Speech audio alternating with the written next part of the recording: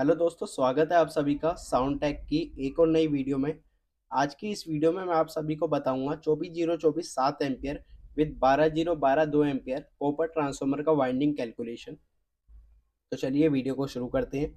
मैं यहाँ पे आपको बता देता हूँ, मैं इसके लिए यूज़ करूँगा 3 नंबर की कोर का। कोर के ऊपर इसके साइज लिखे हैं, आप स्क्रीनशॉट ले सकते हैं। सबसे पहले मैंने यहाँ पे एक डायग्राम बनाया है ट्रांसफार्मर का, जिसमें मैंने 24 0 24 सेकेंडरी में और इसी तरह से 12 0 12 सेकेंडरी में ये दो लूप हमारे क्रिएट हुए। और प्राइमरी में यूज़ हुआ है 230 वोल्ट एसी। आप 220 या 240 अपने अकॉर्डिंग ले सकते हैं। फर्स्ट स्टेप होता है हमारा ट्रांसफार्मर का वीए कैलकुलेट करना, या फिर आप वीआई भी बोल सकते हो। तो इसको कैलकुलेट करने के लिए हमें सेकेंडरी के वोल्टेज और एम्पियर को मल्टीप्लाई करना होता है, यानी कि उनका प्रोडक्ट निकालना होता है। तो उसके लिए यहाँ पे आप देख सकते हो, जो सेकेंडरी का फर्स्ट लूप था 24 0 24 का, उसको मैंने यहाँ पे ऐड कर दिया 24 + 24 वोल्ट, और उसको मल्टीप्लाई कर दिया उसके एम्पियर से, जो कि 7 था। यहाँ आंसर आप देख सकते हो 336। इसी तरह से जो दूसरा लूप था वो था 12 0 12 2 एम्पियर का। तो 12 + 12 को ऐड कर दिया और उसको मल्टीप्लाई कर दिया 2 से, जो कि आंसर आ गया मेरे पास 48। अब इन दोनों को हम सम कर लेंगे।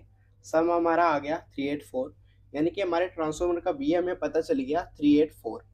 सेकेंड स्टेप होता है हमारा स्टैक कैलकुलेट करना, या फिर आप उसे कोर सिलेक्शन बोल सकते हो, आप ओमिन सिलेक्शन भी बोल सकते हो।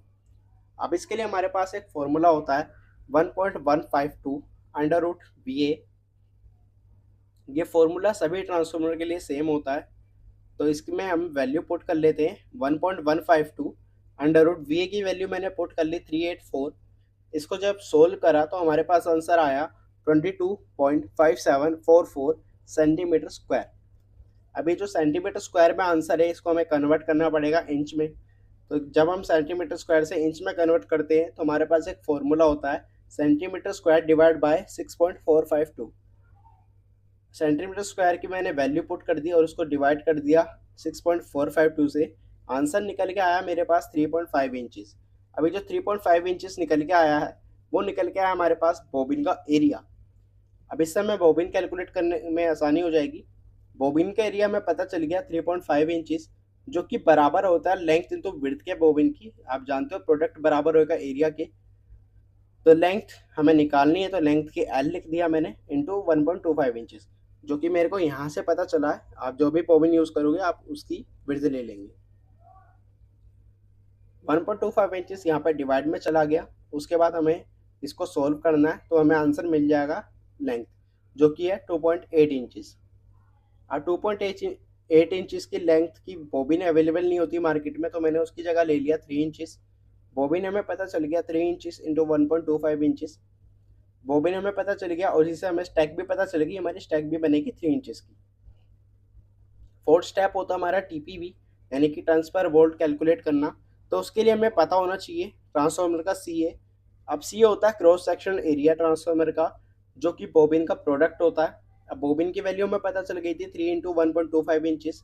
इसको मल्टीप्लाई कर दिया तो हमें पता चल गया 3.75, यानी कि हमारा क्रॉस सेक्शन एरिया निकल गया आया 3.75।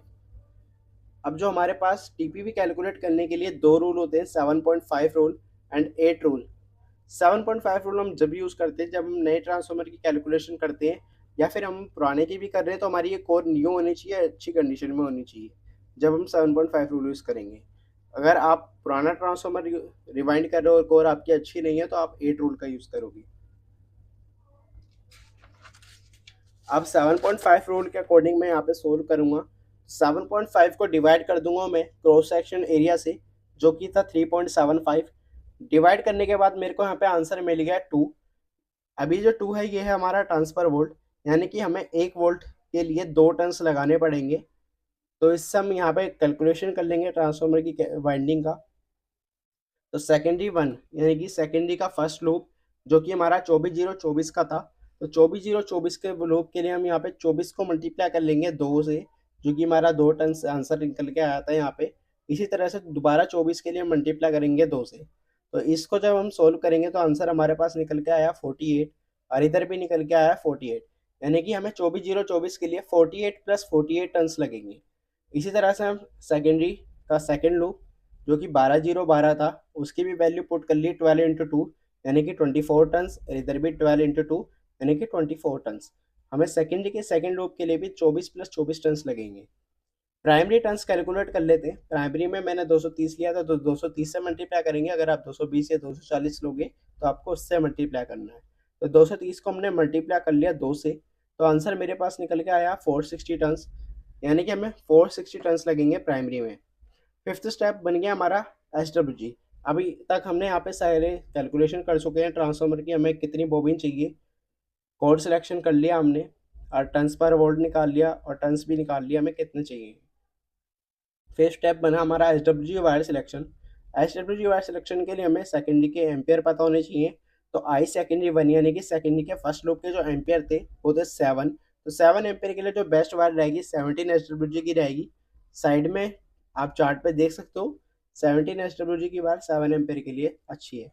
इसी तरह से आई सेकेंडरी टू के लिए हमें चाहिए थे 2 एम्पियर, जो कि 12 का लूप था। तो उसके लिए हम यूज़ करेंगे 21 SWG की वायर, आप चार्ट में देख सकते हो। अब आई प्राइमरी के लिए हमें पहले एम्पियर पता होने चाहिए। तो एम्पियर पता करने के लिए हमारे पास एक फॉर्मूला होता है VA डिवाइड बाय BIN, और VA की वैल्यू हमारी पीछे निकल के आई थी 384। इसको डिवाइड कर दिया हम VIN, जो कि प्राइमरी वोल्टेज थी 230 वोल्ट। आप 220 से 240 यहाँ पे पुट करिए जो आप लेंगे। तो इसको डिवाइड करने के बाद आंसर निकल के आया 1.67 एम्पियर, यानी कि हमें 1.67 एम्पियर की वायर लगेगी प्राइमरी में।